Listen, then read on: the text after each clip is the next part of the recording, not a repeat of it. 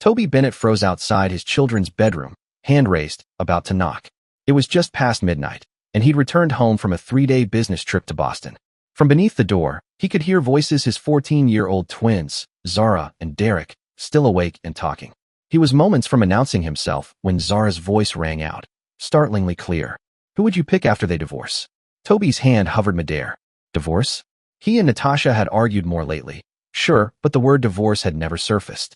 A chill swept through him. I don't know, Derek replied. Dad's more fun, but Mom's got the bigger house. Toby leaned in, pulse racing. He shouldn't be listening, but he couldn't tear himself away. Mom's new friend Mark. Duh, Zara said, her tone matter-of-fact. He's taking us to Hawaii and getting me that sports car. Mom said he's probably our biological father. They dated in college. Makes sense we got his blue eyes. The hallway spun. Toby gripped the wall for balance, his wedding ring suddenly heavy. 14 years of marriage crumbled in his mind like a brittle structure collapsing under hidden rot. The twins had his dark hair, but their piercing blue eyes neither he nor Natasha had always been chalked up to Natasha's father. Now he wasn't so sure. A rush of memories surged. Natasha's frequent business trips, her secretive texting, how she always angled her phone away from him. Mark Holland, her college boyfriend, had resurfaced 6 months ago, pitching himself as a potential investor in Natasha's interior design business. I don't trust Mark, Derek muttered. He looks at Dad weird. Like he's just waiting for something. You're paranoid, Zara replied. Mark's cool. And if he's our bio dad, they won't even need DNA tests for the custody stuff. Toby stepped back, heart thudding, vision clouded. The children he'd raised, had they never truly been his? He retreated to the master bedroom, the silence oppressive. Natasha was supposedly in Chicago, visiting her sister. The bed stretched wide and empty. He packed a small overnight bag, hands trembling. On the kitchen counter, he left a note. Need space. We'll call tomorrow. Then he slipped into the night. The home he'd designed, poured his love into, now felt like a stranger's house. He drove aimlessly through the quiet neighborhoods of Lakeside, Connecticut, before eventually checking into the Harborview Hotel. Sleep eluded him. He stared at the ceiling, replaying the words he'd overheard. By dawn, his grief had hardened into suspicion, anger, and resolve. Toby Bennett, son of a factory worker and a waitress, had built everything from scratch. Scholarships, side jobs, and eventually, Bennett Architectural Solutions. Now one of Connecticut's premier architectural firms, Bennett Architectural Solutions had become Toby's legacy. He'd met Natasha during his senior year of college and had fallen fast drawn to her sharp mind and driven spirit. When she revealed she was pregnant 6 months into their whirlwind relationship, he didn't hesitate. He proposed, overjoyed at the chance to build the family he'd always longed for. As morning light filtered through the hotel curtains, Toby sat at the edge of the bed, laptop open, fingers flying across the keyboard. He began digging into Mark Holland. The man had an extensive online presence, CEO of Holland Investments, divorced twice, no children. Photo after photo showed him on yachts, playing golf with celebrities, attending glamorous charity galas. Then Toby saw it buried in an alumni event gallery from 12 years ago. Mark, arm casually draped around a much younger Natasha, smiling for the camera. Toby remembered that night. He'd stayed home with the twins' toddlers, then, while she claimed to be catching up with old friends. Just after 8 a.m., Toby's phone buzzed. Derek's name lit up the screen, unusual for his typically late-sleeping son. Dad. Derek's voice was shaky. Where are you? You need to come home. I needed some air, bud. I left a note. Dad. I found something. In Mark's phone. Toby sat upright, instantly alert. What do you mean? They came back early. This morning. I heard them in the kitchen and snuck into the guest room. His phone was charging. There are messages. He wants you dead. A strange, cold calm settled over Toby. What kind of messages? Screenshots of your medical records. Stuff about your heart meds. And texts to someone named Phoenix. Talking about the perfect accident. Dad, I'm scared. Listen to me, Derek. Delete this call from your history. Act normal. I'm coming, but not right away. Do exactly what I say. 30 minutes later, Toby sat in the dim light of his hotel room, making calls that would shift the course of his life. The man who had walked out of his house the night before was gone. What remained was something sharper, colder. A father and husband with nothing left to lose. Rain lashed the windshield as Toby parked his Audi several blocks from home. He pulled a baseball cap low over his eyes and made his way through the wet streets to a modest colonial where Victor Drake lived. Victor had once been his college roommate, now a private investigator specializing in digital forensics. He opened the door in sweatpants and a Yankees t-shirt, coffee in hand. Jesus, Toby, you look like hell. I need your help, Victor. No questions. No paperwork. Inside Victor's cluttered home office, Toby laid it all out. He needed comprehensive surveillance on Mark Holland and Natasha communications, finances, movements. Victor gave a low whistle. That's gray area, man. Some of it's flat out illegal. My kids may not be mine. And someone's planning my death, Toby said, voice like ice. I'll pay triple. Cash.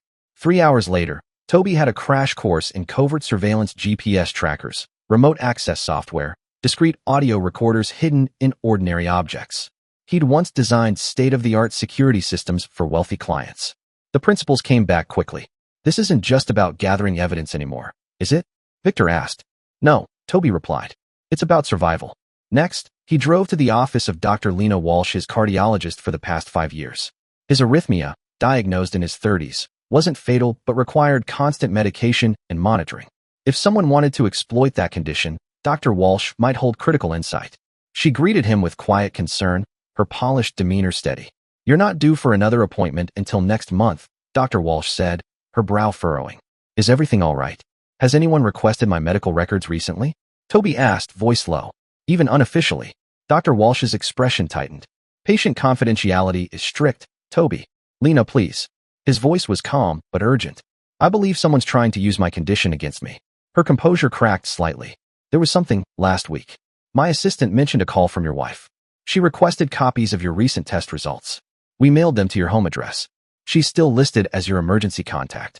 A knot formed in Toby's stomach. Have there been any irregularities with my prescriptions? He asked. Dr. Walsh turned to her computer, tapping quickly. Your order for Uridon was filled twice last month, she said. That's odd, it's a 1-month supply. I only refilled it once, Toby murmured. Her eyes widened. Toby, if someone is tampering with your medication, I need documentation of my current prescription and a new supply from a different pharmacy, he interrupted gently. And please don't mention this conversation to anyone. By late afternoon, Toby had taken steps to protect himself. He visited his bank, withdrew a significant amount in cash, and opened a new account at a separate institution. He called Franco Delgado, his firm's vice president, and claimed a family emergency that would require him to work remotely for the foreseeable future. His final stop of the day was a sleek downtown office home to Nora Blackwell, one of the state's most formidable divorce attorneys. Her reputation for ruthless precision preceded her, and the intimidating elegance of her office only confirmed it. Mr. Bennett, she said, extending a firm handshake. Your message sounded urgent. For the next hour, Toby laid everything out, what he knew, what he suspected. Nora took detailed notes, occasionally stopping for clarification. When he finished, she removed her glasses and leaned in. Let me be clear, Mr. Bennett. If you're correct about both the paternity issue and the possible intent to harm, you're in a very strong legal position. But the evidence must be obtained lawfully. Anything gathered through illegal means will be worthless in court. Understood? Toby gave a single nod. The subtext didn't need stating. I'll draft the initial paperwork, Nora continued. In the meantime, secure your assets. Connecticut is an equitable distribution state, but equitable is open to interpretation. As Toby exited her office, his phone buzzed with a text from Victor. Target 1 withdrew $50,000 cash today. Target 2 booked flights to Grand Cayman for next week. Free tickets. Free tickets. Natasha, Mark, and someone else. A chill crept into Toby's spine. They were planning to take one of the children, likely Zara, who seemed more receptive to Mark. Her words echoed back to him. He's probably our biological father. That night, Toby checked into a different hotel, paid in cash, and used a false name. In his room, he carefully laid out surveillance equipment across the bed, every item part of a plan that was finally beginning to take shape. He wasn't returning as the heartbroken husband. He was returning with purpose. The rain tapped steadily on the window as Toby opened his laptop. He began drafting an email addressed to Sebastian Walsh, his old college friend, and now an off-the-grid cybersecurity expert living deep in rural Montana. The subject line was just one word: Phoenix. Toby returned home at exactly 7:30 a.m., timing his entrance to align with Natasha's usual yoga routine. The house was silent. The kitchen gleamed with its usual order. He placed his overnight bag on the counter, deliberately making noise as he prepped the coffee maker. Footsteps echoed on the stairs, announced Natasha's presence. She appeared in yoga pants and a fitted tank top, her chestnut hair pulled back into a flawless ponytail. For a split second, surprise flickered across her face, then vanished behind practiced composure. Toby, she said evenly, her tone guarded. I didn't expect you back so early. He gave a rehearsed smile. The Portland meeting wrapped up ahead of schedule. The lie slid out smoothly. There had never been a Portland trip. It had served as cover for his night away. Where are the kids? Zara's still asleep. Derek left early for swim practice. She poured herself a glass of water, her movements calm and deliberate. Mark stopped by last night. He's got exciting news, new investors for my business. That's great, Toby replied, noting how effortlessly she wove Mark into the conversation. Maybe we should all have dinner tonight. I'd love to hear more about it. Her eyes widened slightly. Toby had never suggested socializing with Mark before. Sure, I'll text him. Once she left for her yoga class, Toby moved quickly through the house. In the master bedroom, he installed 3 micro cameras, one aimed at the bed, another pointed at Natasha's vanity, and a third overlooking her desk where she often worked on her laptop. Then he discreetly connected a keylogger to their shared desktop computer and another to her tablet as it charged on the nightstand. In the guest bathroom, Mark's designated space during his visits, Toby swapped the air freshener with Victor's modified version, equipped with both a hidden camera and a microphone. He had 45 minutes before Natasha returned, more than enough time. His final stop was the twins' rooms. Derek's door was wide open, the usual chaos of sports gear and gaming clutter greeting him. Toby quickly installed software on his son's computer that would forward all messages to a secure, private email account. An invasion of privacy? Yes, but a necessary one. Zara's door was locked. Odd for a weekday morning. Using his master key, Toby slipped inside. She was asleep across her bed, headphones on, oblivious. On her desk sat a brand new MacBook Pro, still in its box, with the receipt tucked underneath. $3,499. Buyer, Mark Holland. A muscle tensed in Toby's jaw. Next to the laptop box was a glossy brochure for one of Hawaii's most exclusive resorts and a handwritten note. For my favorite girl. Can't wait for our adventure. Mark. Toby photographed everything with his phone, then quietly installed monitoring software onto Zara's current laptop, which was charging nearby. As he worked, his eyes fell on a new photo frame that hadn't been there before. Zara and Mark sat side by side in a high-end restaurant, his arm draped around her shoulders, both smiling for the camera. In the background, Natasha looked on, beaming with approval. By the time Natasha returned from yoga, Toby was showered and dressed, the image of normalcy. I'm thinking of working from home today, he said casually. Miss being here. Her smile was tight, her eyes wary. That's nice. I've got clients this afternoon, but I'll be home for dinner. Toby kept up the act throughout the day, all while monitoring the feeds from his office. At 2:13 p.m., an alert popped up on his tablet. Motion detected, master bedroom. He tapped in. The screen lit up with a live feed, Natasha entering the room and locking the door behind her. Then she made a call. He's acting weird, she said. A pause. Too nice. I think he suspects something. She paused, listening. No, he doesn't know about the medication yet. I've been careful. Another pause. The tickets are refundable, but I'd rather not change the plan. Zara's already excited about Hawaii. Toby's fingers clenched around the tablet. The lawyer says with the medical report and the paternity test results, we can push for full custody, Natasha continued, her voice dropping lower. Once the insurance pays out, we'll have enough to start fresh. Somewhere warm. Permanent vacation.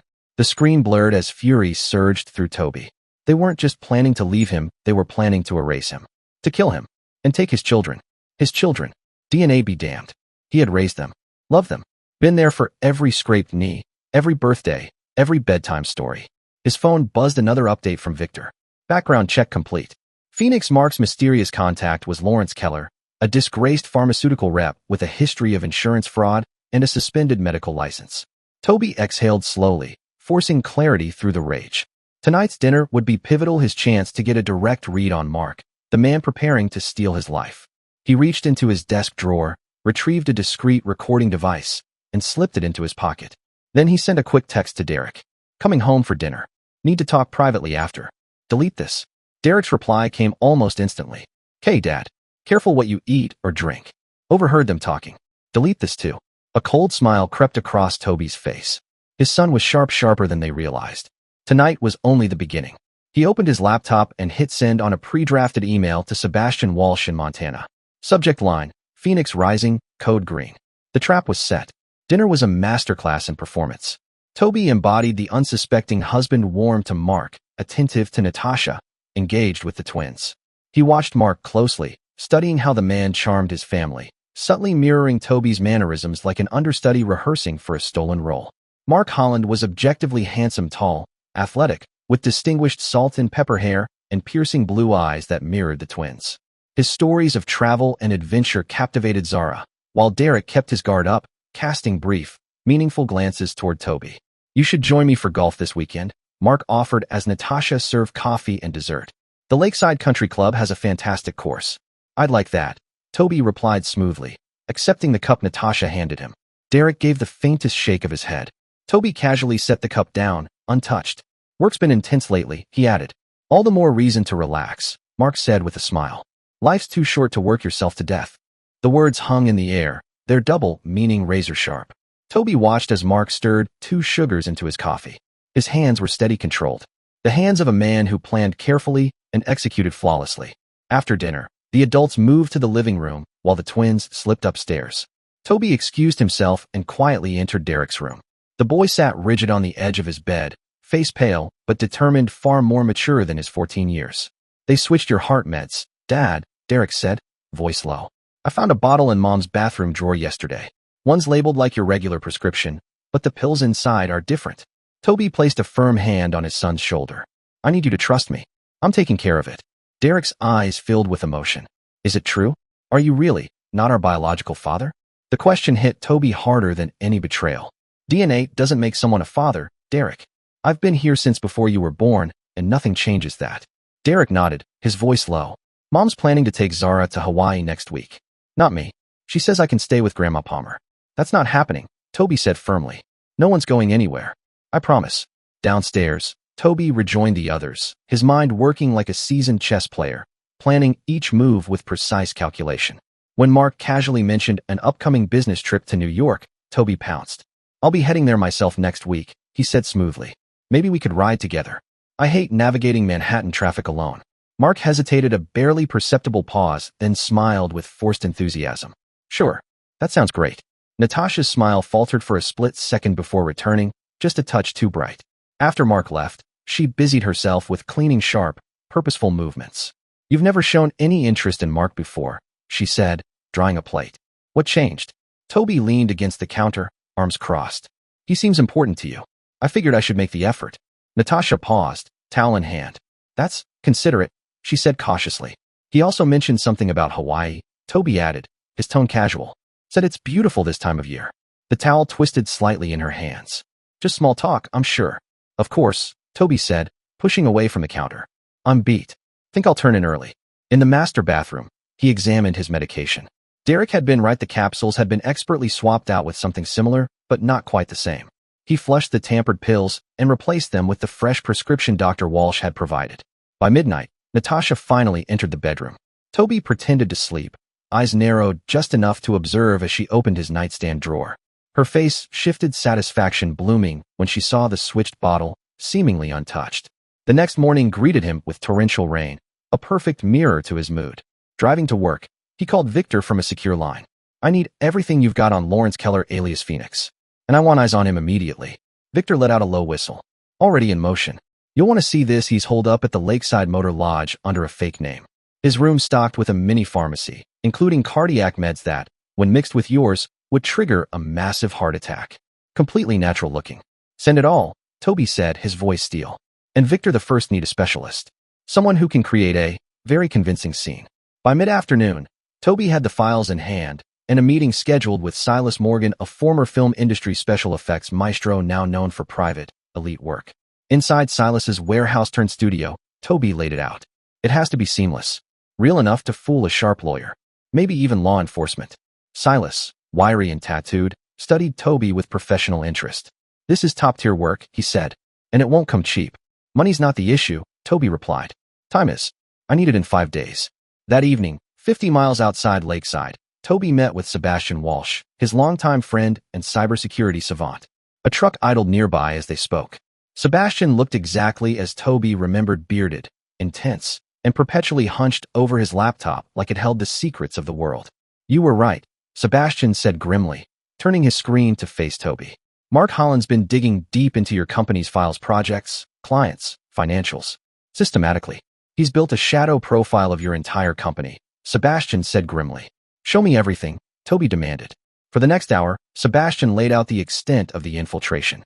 Mark had methodically embedded himself within Bennett Architectural Solutions digital systems, positioning himself to seamlessly assume Toby's professional identity after Toby's untimely death. He's meticulous, Sebastian admitted, almost begrudgingly. But he made a critical error. He reused the same password structure across several platforms. I now have access to his entire digital trail, emails, cloud backups, banking, everything. What about the paternity claims? Toby asked, the question that had haunted him finally surfacing. Sebastian's expression softened. I found emails between Mark and Natasha going back 15 years before you and she were married. They discussed a pregnancy, but it's unclear if it led to the twins. There's no definitive proof, just Mark repeating that the kids could be his. Toby absorbed the information, his face calm. I need certainty. Already working on it. I pulled the hospital records from the twins' birth. Standard blood typing was done, and based on yours and Natasha's, the twins are genetically compatible as your children. And Mark?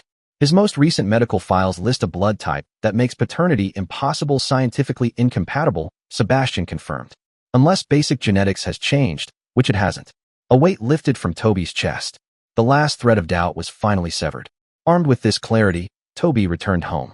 He found Natasha in the bedroom, packing a small suitcase. Going somewhere? He asked, tone even. She jumped slightly, then recovered quickly. Just an overnight at my sister's. Some family stuff. Give her my best, Toby replied, masking his awareness. He already knew her sister was in Europe, confirmed through a social media post Victor had flagged earlier. Once she left, Toby summoned Derek into his office. I need your help, he said quietly. It might feel strange, but it's necessary to protect this family. Derek's face turned serious. Anything, Dad. I need you to talk to Zara. Tell her you overheard Mom and Mark planning a surprise family trip to Hawaii. Act excited. Ask her why you're not going. Derek frowned. But they're planning to ditch us. I know. That's why I need Zara to start questioning it. Especially why you're being excluded. Do it subtly. Can you handle that? Derek hesitated, then nodded. I'll try. But Zara's totally under Mark's spell. She might tell them what I said. That's fine, Toby replied calmly. In fact, I'm counting on it. Later that night, after the twins had fallen asleep, Toby completed the final phase of his surveillance setup. He placed discreet recording equipment in key areas of the house, especially where Natasha and Mark tended to speak privately. Then, he drove to the Lakeside Motor Lodge. Room 118 was dark when he arrived. Using the electronic keycard Victor had somehow acquired, Toby slipped inside. The room showed signs of recent use, sheets in disarray, a laptop humming on the desk. Keller had only just stepped out. Working swiftly, Toby installed miniature cameras and attached a covert device to the laptop. He snapped photos of the cluttered bathroom counter, prescription bottles, medical gear, and a cocktail of suspicious medications. As he finished, headlights swept across the motel's window. Toby exited through the back door seconds before Keller returned. From across the street, he watched the man enter his room. Minutes later, Mark Holland followed. Toby tapped his phone, switching to the live feed. The trap was almost ready to spring. Toby listened to the conversation with icy satisfaction. Bennett's still alive, Mark said, tension edging his voice.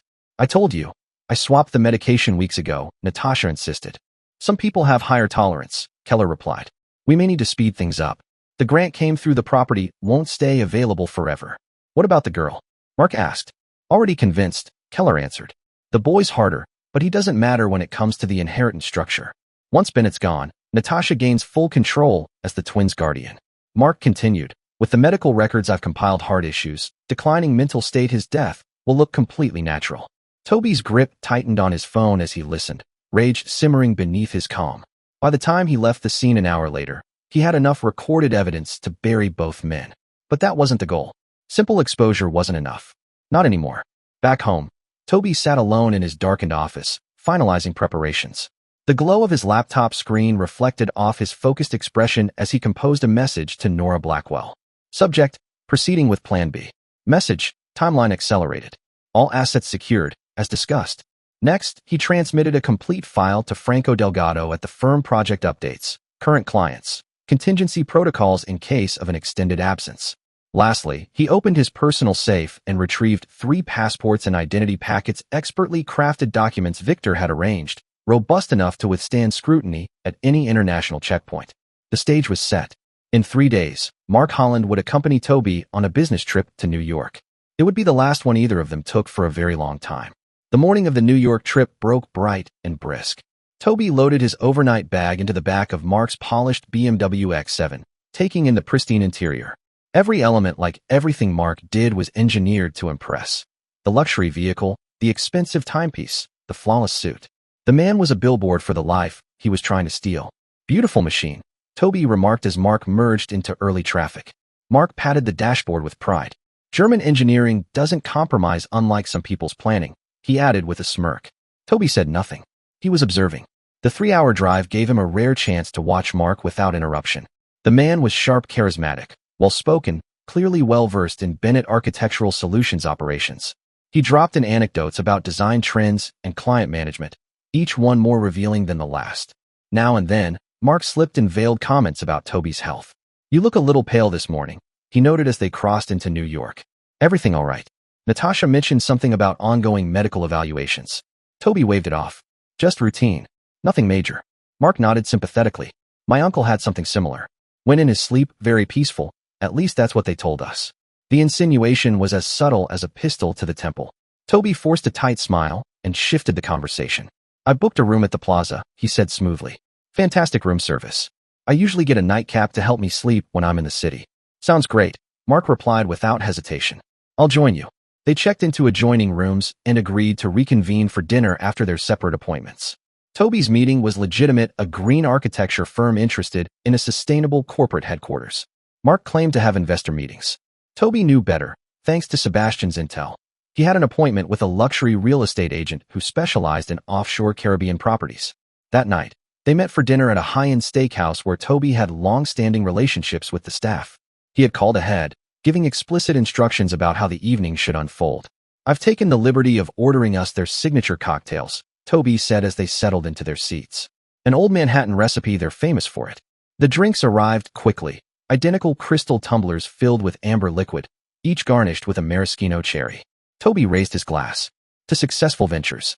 Mark smiled, lifting his own. "To new beginnings." They clinked glasses and drank. Toby kept a close eye on Mark, watching for signs. Within 15 minutes, he noted the subtle dilation of Mark's pupils. The compound Silas had provided was working perfectly flavorless, scentless, and designed to induce high suggestibility while allowing the subject to remain outwardly coherent. By the time they returned to the hotel, Mark was still upright, but clearly more malleable. In Toby's room, he ordered the promised nightcap more for appearance than necessity. As they sipped, Toby gradually guided the conversation to familiar, loaded territory. "She's changed over the years," Toby said, his tone casual. "Sometimes I wonder if I ever really knew her." Mark, now lowered into a state of compliance, nodded slowly.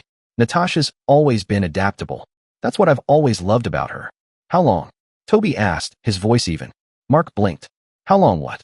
"How long have you been sleeping with my wife?" Under normal conditions, Mark might have deflected, but the compound stripped away his usual defenses. "On and off since college," he admitted. "We never really stopped. Even after she met you." Toby nodded, as though hearing a weather report. "And the twins?" A smug grin crept across Mark's face. "She was already pregnant when she met you. Perfect timing, huh? You got to be the hero saving the poor, pregnant girl." The words might have shattered Toby once, but Sebastian's findings about the blood types grounded him. Mark was either lying or had convinced himself of a falsehood. "Tell me about Phoenix," Toby pressed.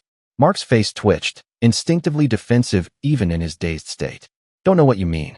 "Lawrence Keller," Toby clarified. "The man you hired to assist with my heart condition." Mark froze. The fog lifted slightly as he registered the danger. "How did you?" "It doesn't matter how I know," Toby cut in smoothly. "What matters is what happens now." He pulled out his phone and queued up video footage, clear visuals from the hidden cameras inside Keller's motel room. It showed Mark, unmistakably, discussing the plan to murder Toby. "My attorney has this," Toby said coolly, "along with evidence of the tampered medication, forged medical reports, and the attempted theft of my company." Mark's face went pale. "You can't prove." "I already have," Toby interrupted. He leaned in. "But you're lucky. I'm giving you an out." He slid a folder across the table. "Here's what's going to happen. You'll sign these documents tonight. Then you'll return to Connecticut and end things with Natasha permanently. You'll tell her you've reconciled with your ex-wife. And you'll never contact me, Natasha, or my children again." Mark sneered, pushing back slightly. "They're my kids, my blood." Toby opened the folder. "Medical science disagrees. Blood type doesn't lie. You're not their father. But you're welcome to seek your own verification." He turned a page to reveal a second set of documents. "These transfer ownership of your 3 offshore properties into a trust one now control. They also contain a signed confession conspiracy to commit murder, insurance fraud, and attempted identity theft. Sign them, and they stay with my lawyer. Violate our agreement, and the police will have everything by tomorrow morning." Mark stared at the papers, sweat beading on his forehead despite the cool room. "You're bluffing." Am I? Toby raised his phone, displaying an email draft addressed to the New York Police Department, with all the evidence attached. One button, Mark. That's all it takes to ruin everything you've built. Mark's expression shifted as he realized the precariousness of his position, Toby's ruthless precision cutting through his defenses. Trembling, Mark signed each document. What happens now? He asked, his voice hollow. Now, you sleep, Toby replied, watching Mark's eyelids grow heavy as the final effects of the compound took hold. When you wake up, you'll remember our agreement, but forget how it was reached. You'll believe we had a civil conversation, and you chose the honorable path. As Mark slumped into unconsciousness, Toby gathered the signed documents and made a few calls. First to Silas, confirming the compound's effects would leave no trace by morning. Then to Victor, instructing him to maintain surveillance on Mark and Keller to ensure compliance. Finally, he called Sebastian, who confirmed that Mark's offshore accounts had been successfully transferred, per the signed authorizations. Toby helped the semi-conscious Mark back to his room, carefully positioning him in bed. He placed an empty liquor bottle on the nightstand, making it look like Mark had overindulged, providing a plausible explanation for his memory gaps. Back in his room, Toby made one last call to Lawrence Keller. Mr. Keller, Toby said, when the man answered groggily, you don't know me, but I know a lot about you, including your current location, your suspended medical license, and your arrangement with Mark Holland regarding my heart condition. There was silence on the other end. I'm offering you a choice, Toby continued. Leave the country with the passport and tickets waiting for you at JFK's Terminal 4, Storage Locker 872, along with $50,000 in cash. Or face prosecution for attempted murder, practicing medicine without a license, and fraud. You have 12 hours to decide. By morning, Mark Holland was subdued and compliant, remembering only the gentleman's agreement as Toby had promised. They drove back to Connecticut in near silence. When they reached Lakeside, Mark dropped Toby off at his office instead of his home, his first act of compliance with their new arrangement. Later that day, Victor confirmed that Keller had taken the passport and flight to Costa Rica. The first phase of Toby's plan was complete, but the most difficult part still awaited Natasha. That evening, Toby returned home to find Natasha pacing anxiously in the kitchen, her face pale. Mark called, she said without preamble. He's moving to London, effective immediately. What did you do? Toby asked. Nothing he didn't deserve, Toby replied calmly, setting down his briefcase. But we should talk about why his departure upsets you so much, Natasha. Perhaps we can start with these. He placed the bottle of tampered heart medication on the counter between them. Natasha's eyes widened. I don't know what. Toby cut her off. I know everything, the affair, the murder plot, the custody plans, all of it. The only thing I don't understand is why. We built a good life together. Tears welled in Natasha's eyes, but whether they were real or part of her tactic, Toby couldn't tell. You don't understand, Toby. Mark and I, we have history. And that justifies murder? Toby's voice remained steady. You plan to kill me and steal my children? They might not even be mine, Toby stated flatly. Biologically confirmed. But that was never really the point, was it? This was about money. My company. My life insurance. My assets. Natasha's facade cracked. You have no idea what it's like being married to someone so perfect, the devoted father, the successful businessman, the community pillar. Do you know how suffocating that is? Mark made me feel alive and wealthy. Presumably, Toby added, considering the Caribbean property purchases. Natasha gasped. How did you? I know everything, Toby repeated calmly. But here's what happens now. Tomorrow, you'll call a family meeting. You'll tell the twins we're separating temporarily while we work on our marriage. You'll cancel the Hawaii trip. You'll continue living here while I move into the downtown apartment above my office. This arrangement stays in place until I decide otherwise. And if I refuse? Natasha challenged, her voice wavering. Toby placed a second folder on the counter. Then these go to the police. Conspiracy to commit murder carries a sentence of 20 to 25 years in Connecticut. With the evidence I've gathered, your conviction would be guaranteed. Natasha opened the folder with trembling hands, her face draining of color as she reviewed the contents. Transcripts of conversations, photographs of the tampered medication, bank records showing her withdrawals coinciding with payments to Keller. Why not just turn me in? She whispered. Because unlike you, Toby replied, I'm thinking of our children. They don't deserve to have their mother in prison, no matter what she's done. But make no mistake, Natasha, this is not forgiveness. This is pragmatism. That night, Toby slept in the guest room. The house was quiet, save for the occasional sound of Natasha's muffled crying from the master bedroom. His revenge was taking shape, but he felt no joy in it, only cold satisfaction and the fierce determination to protect his children from the fallout of their mother's betrayal. The family meeting the following evening was as painful as Toby had anticipated. Zara alternated between angry accusations and tearful pleas, while Derek sat stoically, occasionally catching Toby's eye with an understanding that seemed beyond his years. "It's just temporary," Natasha insisted, her acting skills impressive despite her circumstances. "Dad and I need some space to work through adult issues." "This is because of Mark, isn't it?" Zara demanded. "He leaves town, and suddenly you're separating? What happened to Hawaii? What happened to everything you promised?" Toby intervened smoothly. "Mark's business took him abroad unexpectedly. This has nothing to do with him." "Liar," Zara shouted, tears streaming down her face. "He said he was my real dad. He said we were going to be a family." The room fell silent. Natasha's face went ashen. "Zara, honey, that's not." Natasha began. "Is it true?" Derek asked quietly, looking directly at Toby. "Is Mark our biological father?" Toby met his son's gaze steadily. "No, absolutely not. You are my children biologically, legally, and in every way that matters." "Mom said," Zara began, but Toby gently interrupted. "Mom was mistaken. I have medical proof. Mark cannot possibly be your biological father." Natasha's hands trembled around her water glass. "The children don't need to," she started. "The children need the truth," Toby countered firmly. "They've been manipulated enough." He turned back to the twins. "I love you both more than anything in this world. Nothing about our current situation changes that," Toby stated. "I'll be staying at the apartment above my office, but I'll see you every day. We'll have dinner together 3 times a week, and weekends will remain our family time." Zara asked bitterly, "Without Mom?" "That's for your mother to decide," Toby replied, his eyes meeting Natasha's across the table. The unspoken message was clear: her participation would be on his terms. After the meeting, as the twins retreated to their rooms, Natasha confronted Toby in the kitchen. "You didn't have to humiliate me in front of the children," she hissed. "I didn't," Toby replied evenly. "I could have told them everything about the affair, the murder plot, the identity theft. Instead, I gave you the dignity you don't deserve." Natasha shrank back. "How long will this charade continue?" "Until I decide otherwise," Toby said. "In the meantime, you'll maintain appearances. You'll attend the children's events, host dinners when scheduled, and behave as if this separation is mutual and amicable." "And what do I get in return?" Natasha demanded. "Freedom," Toby stated simply. "From prison, from scandal, from losing your children completely. It's more than you offered me." Later that night, after packing his essentials for the apartment, Toby found Derek waiting in the hallway. "I recorded them," his son said without preamble. Toby's heart sank.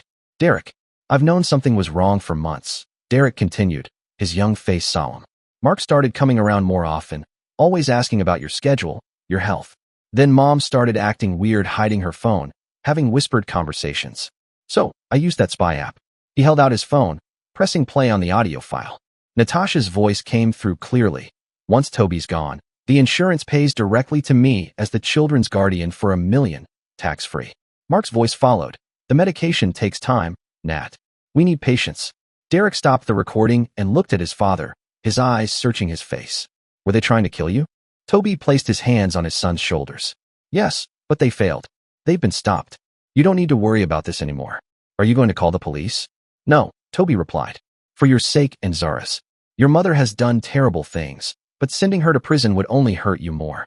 Derek's expression hardened, a maturity beyond his 14 years. "She doesn't deserve your protection." "This isn't about what she deserves," Toby explained gently. "It's about what you and your sister need.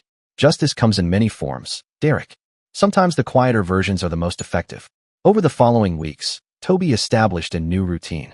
His days were devoted to rebuilding the security protocols at his architecture firm, removing all the backdoor access points Mark had created.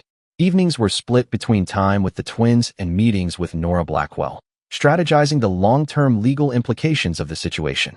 Natasha performed her role in their arrangement with increasing desperation.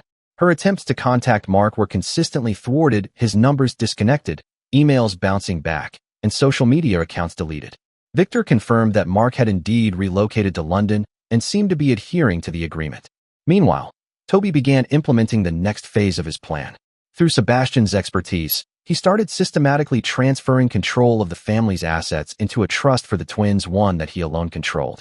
The process was meticulous, designed to leave Natasha with exactly what she was legally entitled to, half of their joint assets, while ensuring she couldn't access the children's inheritance or Toby's business holdings.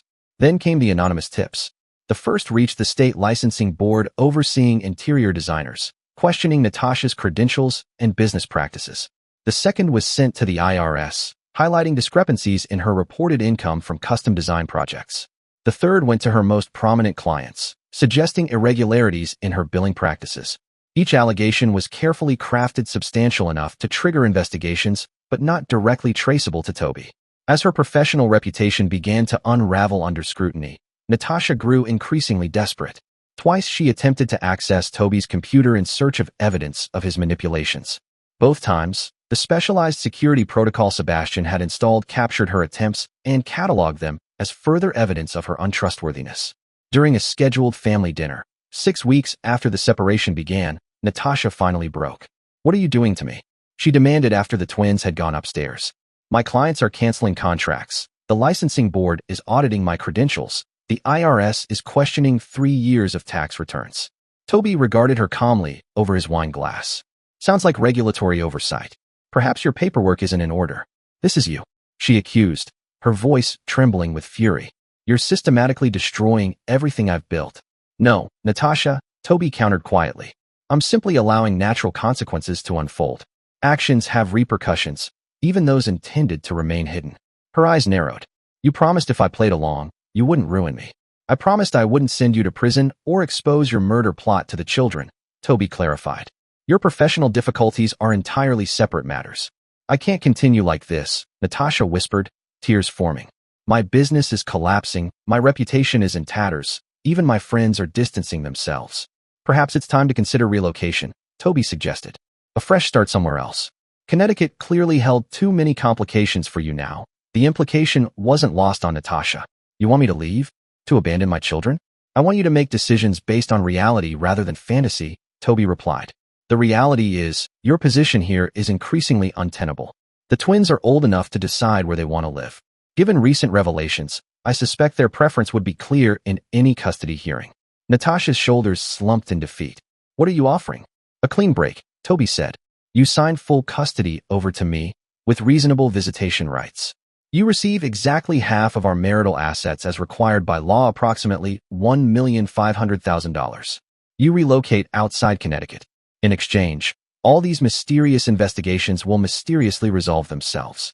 And if I refuse, then we proceed to a public divorce hearing, where all evidence, including the murder conspiracy, becomes part of the official record." Toby's voice remained measured, reasonable. "The criminal charge would follow naturally. Your choice, Natasha."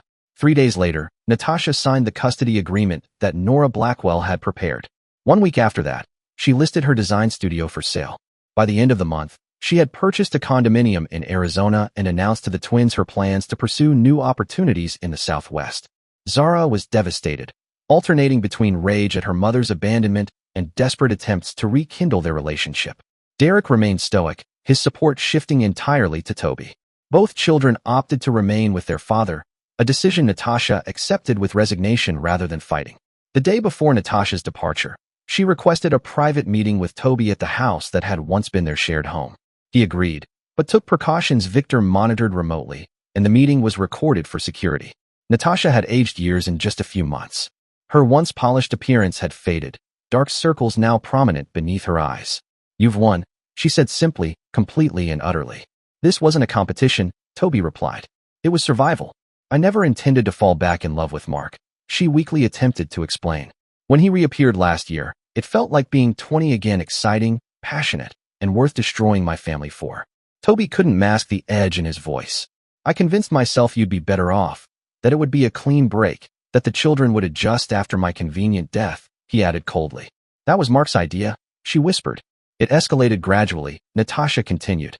"First, just leaving you, then the paternity claims, and then the rest. By the time I realized how far it had gone, I felt trapped." "Save the revisionist history," Toby cut in. "I heard the recordings. You were an enthusiastic participant."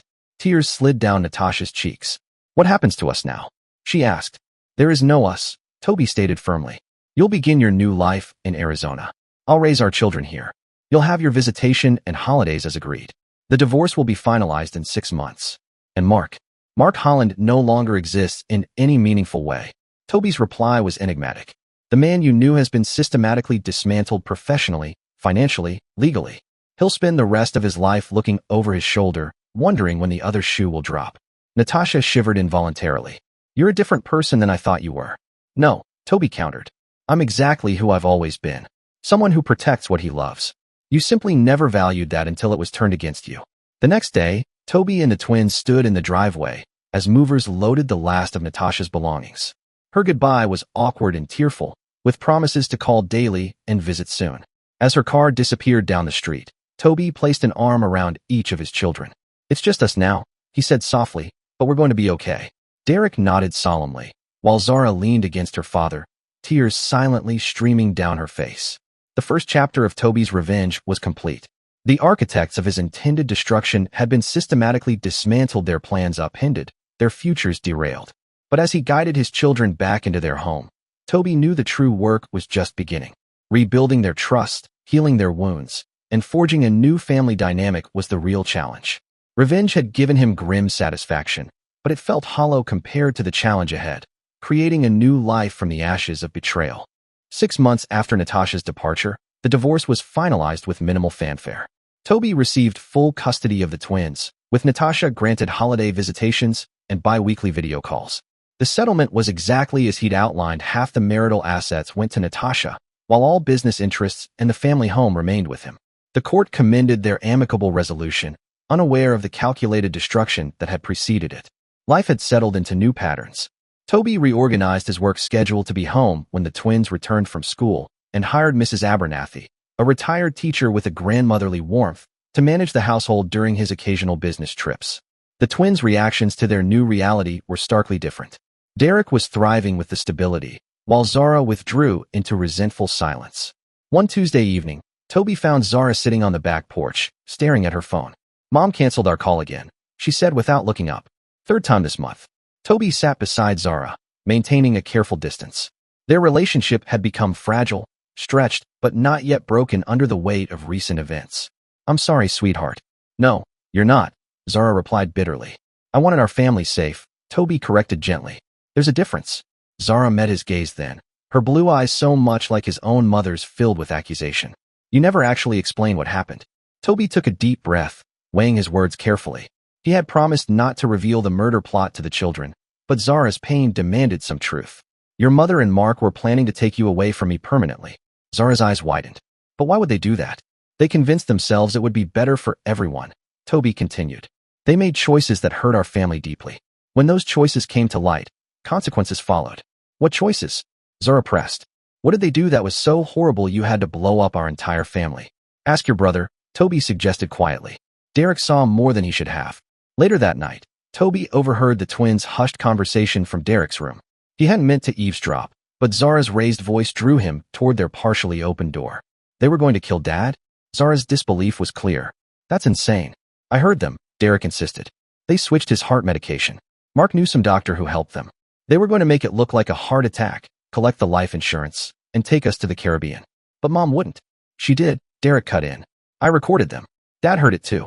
That's why Mark disappeared and Mom left. Dad could have sent them both to prison, but he didn't. Because of us. Silence followed, and then the sound of Zara's muffled sobs. Toby retreated silently to his study, a mixture of relief and sadness washing over him. The truth, no matter how painful, was necessary for healing. Meanwhile, Toby's professional life flourished with renewed focus. Bennett Architectural Solutions had secured 3 major contracts for sustainable corporate campuses, establishing the firm as a leader in eco-conscious design. Toby's innovative approach to integrating natural elements into urban structures had garnered national attention. One particular project, a combined public library and community center for Lakeside, became his passion. The design incorporated elements submitted by local residents, including contributions from both Derek and Zara. The groundbreaking ceremony featured the twins helping to turn the first shovel of earth, their faces bright with pride despite the lingering shadows of their family's fracture. Victor continued to provide periodic updates on the exiled players in Toby's drama. Mark Holland had attempted to rebuild his investment business in London, but found doors mysteriously closing. Financial institutions declined his accounts without explanation, and potential clients received anonymous dossiers detailing his past ethical lapses. He had recently relocated to Mumbai, presumably hoping that distance would sever the invisible strings of Toby's influence. Lawrence Phoenix Keller had established himself in a coastal town in Costa Rica, running an unlicensed wellness clinic for wealthy expats. Toby had considered exposing him to local authorities, but ultimately decided against it. Keller lived with the perpetual anxiety of discovery, and that was punishment enough for now. Natasha's Arizona reinvention proved more challenging than she'd anticipated. Her interior design credentials didn't transfer smoothly across state lines, requiring recertification and apprenticeship hours. Her attempts to establish a new practice faced obstacles subtle but persistent. Complications soon arose: issues with permits, strained supplier relationships, and stalled client acquisitions. None of it was overtly traceable to Toby, but the pattern was unmistakable to anyone who knew where to look. On a crisp October evening, exactly 1 year after Toby had overheard the twins' fateful conversation, an unexpected visitor arrived. Sebastian Walsh appeared unannounced, his usual disheveled look replaced by an unusual formality. "We have a situation," he said without preamble, setting his laptop on Toby's desk. "Someone is probing the digital infrastructure we built around your operation. Sophisticated attempts to access the secured files containing evidence against Mark and Natasha." Toby's expression hardened. "Mark trying to clean up after himself?" "Unlikely," Sebastian replied. "This is high-level government grade or elite private sector, far beyond Mark's capabilities." "Then who?" Sebastian's expression darkened. "There's more. Financial records show Natasha withdrew $250,000 from her Arizona accounts 3 weeks ago. The funds were wired to an offshore entity called Chimera Consulting." Toby's eyes narrowed. "Meaning?" "Meaning your ex-wife just hired very expensive problem solvers," Sebastian said, removing his glasses and rubbing his eyes. "Chimera specializes in reputation repair and evidence eradication for high-net-worth clients. Former intelligence officers, cybersecurity experts, legal fixers." Toby processed the revelation in silence. He had anticipated some retaliation, but he'd clearly underestimated Natasha's resources and her resolve. "How exposed are we?" he finally asked. "Currently secure," Sebastian assured him, "but they're persistent and well-funded. If they breach our secure repositories, they could unravel everything, exposing your methods, while simultaneously erasing evidence of Mark and Natasha's conspiracy, which would leave me legally vulnerable and potentially exonerate them," Toby said grimly. Sebastian nodded. "Exactly. We need to relocate and reinforce all digital assets immediately. And you should prepare for more direct tactics, meaning physical surveillance, attempts to access your home or office, possibly even contacting the twins to gather information." The thought of his children being drawn into this reignited the cold fury Toby had carefully contained for months. "Secure everything," he ordered. "Then I want full profiles on everyone tied to Chimera Consulting. Natasha has escalated beyond our agreement." It's time I responded accordingly. That night, after the twins were safely asleep, Toby called Victor and briefed him on the situation. Victor arrived within the hour, installing enhanced security measures at the Bennett residence, upgraded alarms, motion sensors, and surveillance systems to detect any unauthorized presence. "We should consider relocating the kids," Victor advised as they reviewed live security feeds. "At least until we neutralize the Chimera threat." Toby shook his head firmly. "No more upheaval. We hold our ground." The countermeasures began immediately. Sebastian deployed digital honeypots, false evidence caches designed to lure and track Chimera's cyber operatives. Victor activated his network of former law enforcement contacts to monitor Natasha's communications and movements. Toby contacted Nora Blackwell to prepare for possible legal escalation. 2 days later, the first direct attempt occurred. A woman claiming to be Emma Reynolds from the Lakeside School District requested a meeting to discuss the twins' academic adjustment following recent family changes. A background check revealed no employee by that name. Her request was politely declined. Next came a sophisticated phishing attempt targeting the twins' school email accounts. The messages, designed to appear as educational surveys from Arizona institutions, probed for details about parental relocation and adolescent adjustment. Thanks to Sebastian's tutoring, Derek had become highly alert to digital threats. He recognized the phishing attempt immediately and reported it to Toby. The escalation continued with a break-in at Toby's office. Although nothing was stolen, the clear signs of disturbed files and drawers indicated a targeted search for specific documents. Fortunately, the firm's digital security system captured clear images of the intruder, a professional whose movements and methods suggested specialized training. "They're getting desperate," Victor remarked as they reviewed the footage. "Or they're attacking on multiple fronts," Toby countered. "We need to shift from a defensive posture to an offensive one." A strategic planning session followed, involving Sebastian, Victor, and Meera Patel, a newly recruited specialist and former counterintelligence operative with deep expertise in asset protection. Together, they designed Operation Boomerang, a multi-pronged counteroffensive aimed at turning Chimera's aggression back onto itself. Step 1 involved controlled information leaks. Select communications that appeared damaging to Toby but were embedded with sophisticated tracking protocols. When accessed, these files would map Chimera's internal structure and deploy monitoring software to observe their operations in real time. Step 2 utilized Victor's law enforcement connections to initiate subtle forms of regulatory scrutiny into Chimera consulting tax audits, licensing verifications, and immigration status checks for key personnel. While not immediately actionable, these measures created significant operational drag. Step 3 applied social pressure. Anonymous tips were sent to Natasha's Arizona neighbors and professional contacts, hinting that she had left Connecticut under questionable circumstances. While vague, the resulting suspicion and discomfort added weight without violating any legal boundaries. The final piece targeted Chimera's financial backbone.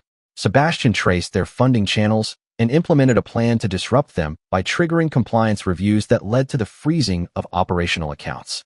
Deprived of liquidity, Chimera's campaign began to unravel. Throughout the operation, Toby remained focused on his children. The anniversary of Natasha's departure reopened emotional wounds, particularly for Zara. After learning the full extent of her mother's role in the murder plot, Zara fluctuated between disbelief, fury, and profound sorrow. One evening, Toby found her alone in the family room, leafing through old photo albums.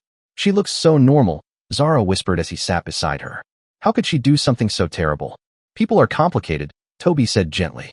"Sometimes they make devastating choices without fully grasping the consequences." "Did you ever really love her?" Zara asked, catching Toby off guard. "Yes," he answered honestly. "For many years. And I'll always be grateful to her for you and Derek. Even after everything. The good doesn't erase the bad," Toby explained, "but the bad doesn't erase the good either. We can acknowledge both." Zara leaned into him, hesitant but willing the first time she had reached out physically in months. "I'm still angry," she said softly. "At her. At Mark. Sometimes at you." "That's okay," Toby replied. "Anger's part of healing." The moment marked a shift in their bond, not full reconciliation, but the first genuine step toward it. Later that week, Zara asked to join Toby on his morning run, a ritual they had shared before the family fractured. By month's end, she began submitting design ideas for his community center project, her artistic spark reignited. Meanwhile, Operation Boomerang delivered concrete results. Chimera's digital intrusions ceased following the deployment of the honeypots. 2 of their key operatives quietly left Arizona after facing immigration inquiries. Most tellingly, Natasha resumed her weekly calls to the twins with punctual consistency, a sign she now understood the cost of escalation. The final confirmation of victory came via email. Natasha, through her attorney, sent a message to Nora Blackwell. "I acknowledge our agreement remains in force. Recent misunderstandings will not recur. Please confirm no further actions are necessary." Nora responded curtly. "Agreement adherence noted. Client reserves all rights. Regarding further breaches, the matter is considered resolved pending continued compliance. Translation: surrender accepted, contingent on future behavior." That evening, Toby sat alone, reviewing the community center plans. A cautious sense of optimism settled over him. The immediate threat had been neutralized. His children were healing. His business thrived. The revenge he had so meticulously executed had served its purpose, protecting his family and ensuring consequences for those who had plotted against him. Yet something remained unresolved, an unfinished thread that prevented full closure. Until that final reckoning occurred, true reconstruction was impossible. As he reflected on that lingering unease, his phone chimed. A message from Victor. Image confirmed. Returning to U.S., arriving JFK tomorrow, 10:15 a.m. Details to follow. Mark Holland was coming back. The final player had returned to the board. Toby closed the community center plans and opened a secure messaging app. It was time to complete the circle. Mark Holland had aged considerably in the 18 months since his hasty departure from Connecticut. The pristine polish he once wore like armor had faded designer suits replaced by rumpled business casual, his confident stride now diminished to a hunched, anxious shuffle. At JFK's arrivals terminal, he glanced around nervously before heading toward ground transportation. From a vantage point near a coffee kiosk, Toby observed with measured detachment. Victor's intelligence had confirmed Mark's global wanderings had grown increasingly erratic. London, Mumbai, Dubai. Each city had shut him out. Now, he was trying again in Boston, banking on distance and anonymity. Toby followed discreetly as Mark retrieved his luggage and boarded a shuttle to long-term parking. When Mark arrived at his rental, a modest Toyota in place of his usual luxury brands, Toby stepped forward. "Hello, Mark." Mark froze, hand halfway to the door handle. Slowly, he turned. His face blanched. Toby, he stammered. What a surprise. Is it? Toby asked coolly. I'd think you'd expect me, given recent events. Mark's eyes darted about the parking garage, scanning for witnesses or escape routes. I don't know what you're talking about. Chimera Consulting, Toby said evenly. Natasha's ill-conceived attempt to erase the past. Your sudden return right after their collapse. These aren't coincidences. I had nothing to do with whatever Natasha. Stop. Toby cut in, voice calm but final. We're past lies. Mark's shoulders sagged, the facade cracking. What do you want from me? He muttered. I've lost everything. My company's gone. My reputation's trashed. I can't get a lease, let alone clients. Actions have consequences, Toby said, devoid of sympathy. You conspired to kill me, steal my children, and take my place. What outcome did you imagine? I never would have gone through with it. Mark protested, weaker now. It was just talk. The tampered medication in my nightstand says otherwise, Toby replied, stepping closer, voice low. But that's not why I'm here. Mark backed against the car. Then why? To give you a choice, Toby said. Your comeback in Boston will fail. I've already seen to it. Any future attempt will meet the same end. This pattern can go on forever. Or it can end today. Mark's eyes narrowed. What kind of choice is that? 2 options, Toby said. Option 1, continue this charade. City to city, always a step behind your past, building nothing, trusting no one. And option 2, Mark asked, wary. Full disclosure, Toby said. You record a full confession your affair with Natasha, the murder conspiracy, all of it. The recording remains secured with my attorney, Toby said, and will only be released if you violate our expanded agreement. Why would I do that? Mark asked. It would incriminate me.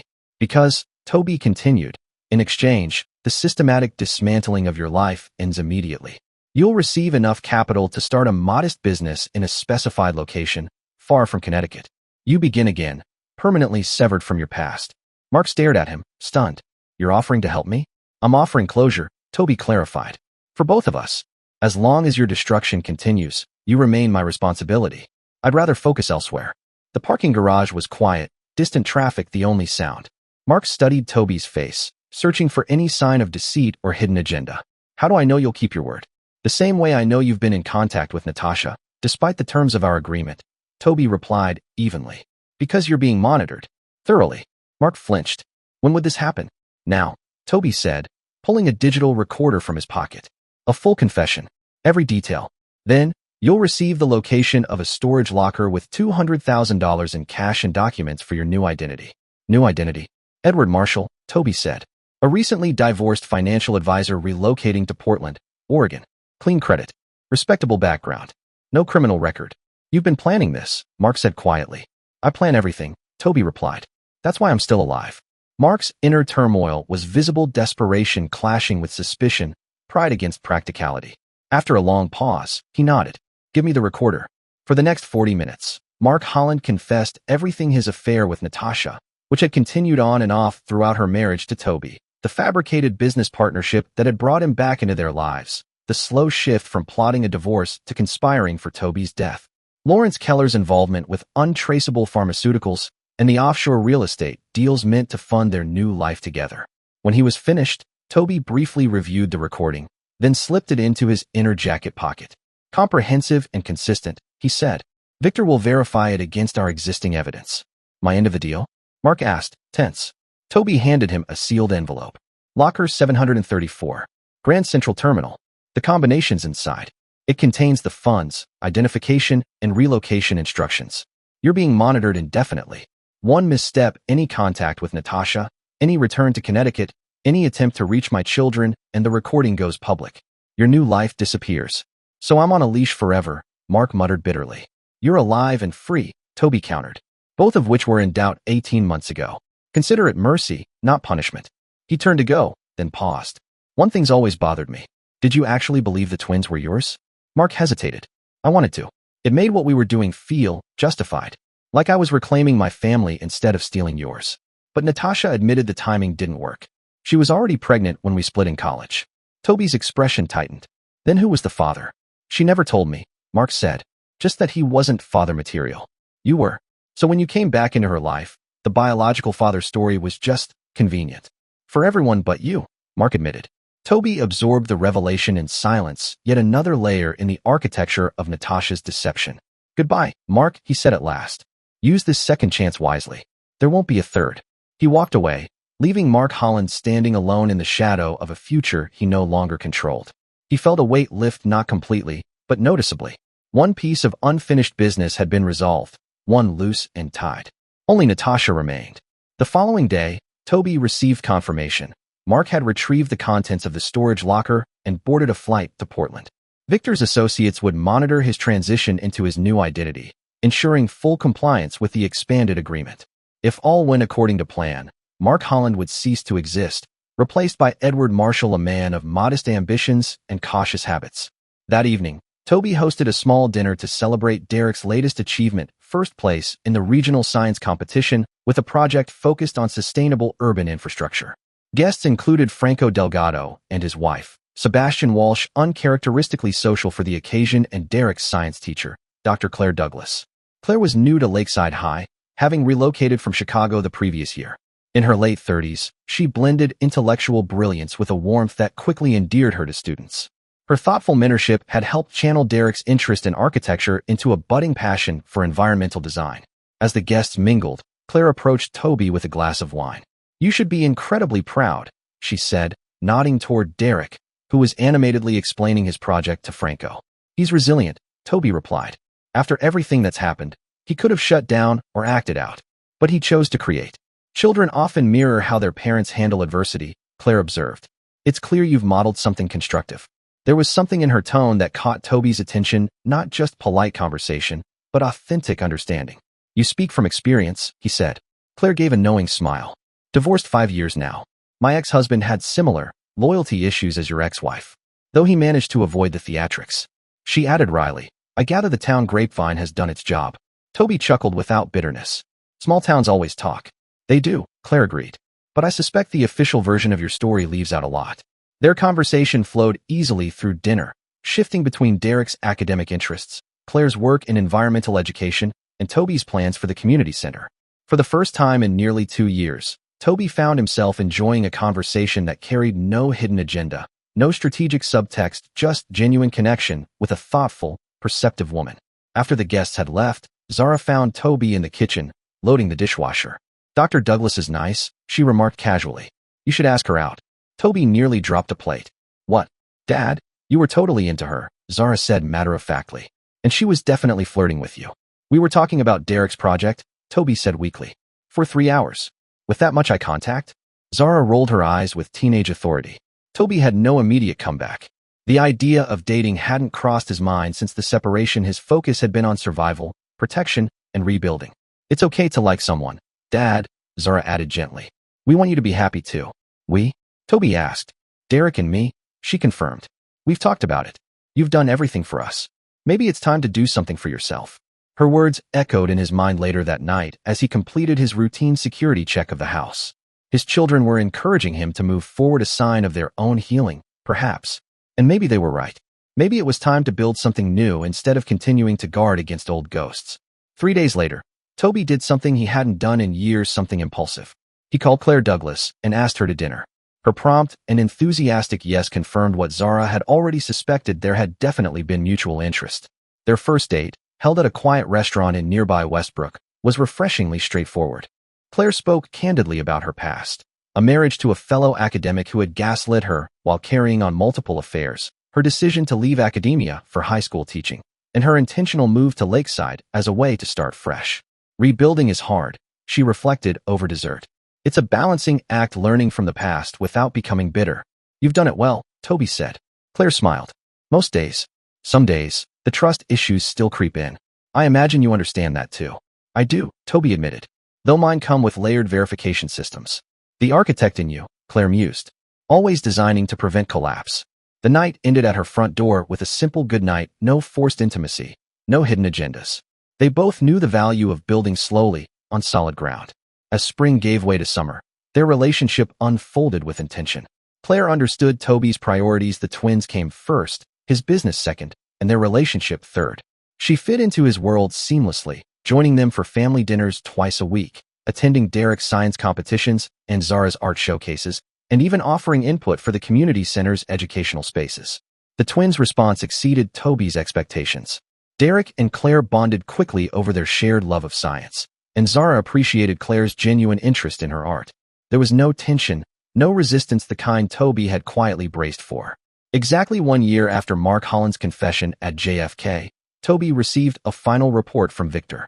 Mark, now fully living as Edward Marshall, had established a modest but stable financial advising practice in Portland, serving middle-class clients. He had honored every condition of their agreement, never contacting Natasha or anyone involved in the past. Victor's assessment: the situation was stable and contained.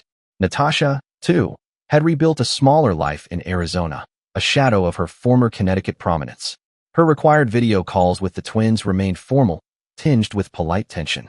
During the twins' 2-week summer stay with her, she made no attempts to gather information or challenge custody. Victor had labeled her status as resigned compliance. Toby's final architectural element of revenge had never been destruction, it had always been about containment. Now, the threats were neutralized, the vulnerabilities secured. He could finally shift from defensive positioning to genuine rebuilding. That evening, walking with Claire along Lakeside's waterfront after dinner with the twins, she noticed the shift in him.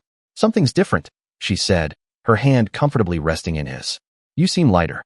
Toby paused, considering how to put into words the quiet resolution he felt. "I got confirmation today some lingering matters are officially behind me." Claire nodded, respecting the boundaries of his explanation. "The past filed away? As much as it ever can be," he said. He stopped walking and turned to face her. "Which means I can start focusing more on the future." "And in your architectural vision," Claire asked, her tone warm but measured, "what does that future look like?" Toby smiled a real smile, unguarded and honest. "It's still being designed, but I know it includes you. If you're open to a long-term project with complex foundational requirements." Claire laughed gently.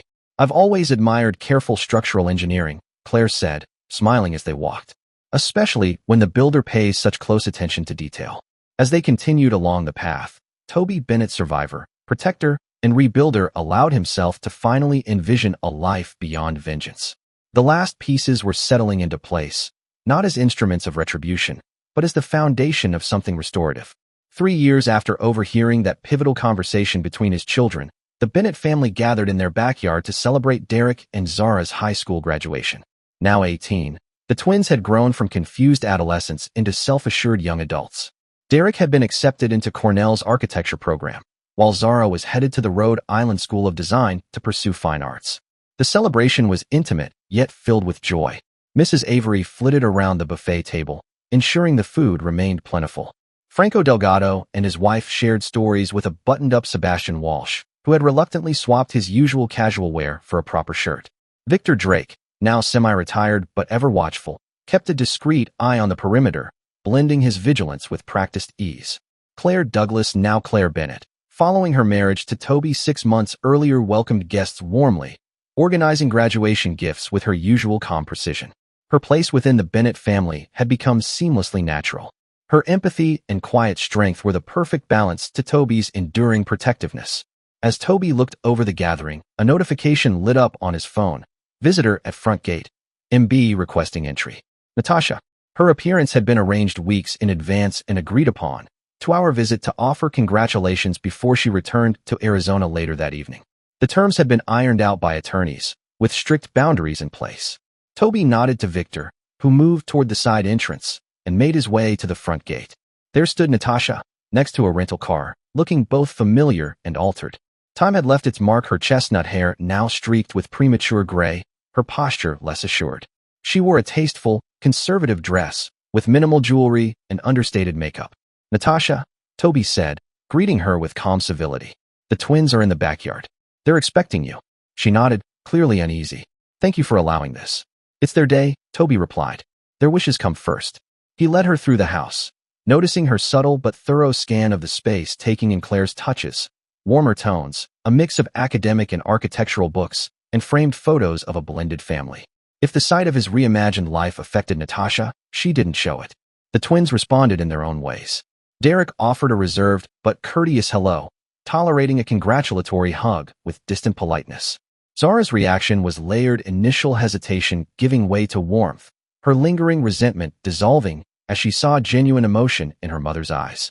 Toby quietly stepped back, rejoining Claire by the dessert table. "How's it going?"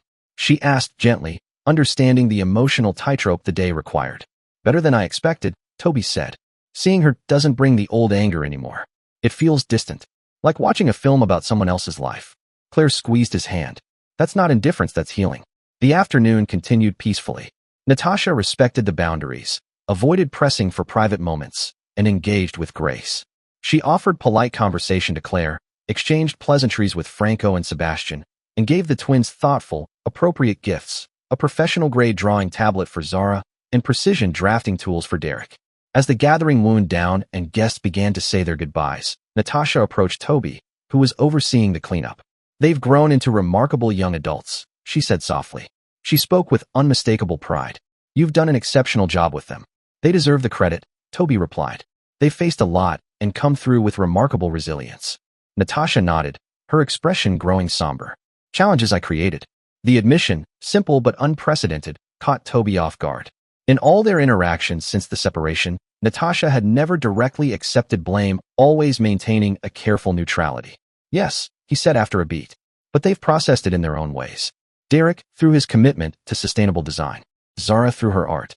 They've turned pain into purpose. Like their father, Natasha added softly. Before Toby could respond, Derek approached, keys in hand. Mom, if you want to make your flight, we should head out. Traffic gets bad after 4. The twins had offered to drive Natasha to the airport, a gesture Toby didn't overlook. It marked their willingness to take ownership of their relationship with her, on their own terms. As Natasha gathered her things, she paused beside Toby. I've never said this properly, and you have every right to ignore it, but I am truly sorry, Toby. Not just for what almost happened, but for everything that actually did. The betrayal, the manipulation, all of it. Toby looked at her, searching for signs of performance or hidden motive, things he'd grown used to expecting. Instead, he saw only quiet exhaustion and sincerity, the kind that comes when deception is no longer sustainable. I believe you, he said simply, and I hope you find peace with your choices. It wasn't quite forgiveness, but it was something close, an acknowledgement that even lives shaped by terrible decisions could still shift toward redemption. Natasha seemed to understand, nodding once before joining the twins for the drive. After the last guests had departed, Toby and Claire sat on the back porch, watching the sun dip below the horizon. The peace they shared felt earned, not borrowed, a tranquility rooted in resolution, not strategy. The twins handled that well, Claire said, resting her head on his shoulder. They're navigating it in their own way, Toby replied. Setting their own boundaries, making their own choices about relationships, about forgiveness. Like someone else I know, she teased gently. Toby smiled. My boundaries just included more elaborate surveillance systems. Claire laughed, nudging him. Understandable at the time. And now? She asked, her question extending beyond security measures, into the deeper emotional terrain of their lives. Toby paused, considering. Over the past 3 years, he had gradually dismantled the elaborate framework of protection he'd once needed. Victor's team no longer conducted daily monitoring of Mark and Natasha. Sebastian's digital tripwire still ran, but only needed quarterly check-ins. Nora Blackwell's legal services had been scaled back to routine support rather than strategic defense. Now, we build, he said, taking her hand. The twins are starting their own paths. The community center opens next month. Your environmental education program launches in the fall. And us? Claire asked softly. Us, Toby echoed. A simple word that carried the weight of everything they'd created together. We keep building day by day, with care. Later that night, after Claire had gone upstairs, Toby sat alone in his study, reviewing the final plans for the Lakeside Community Center.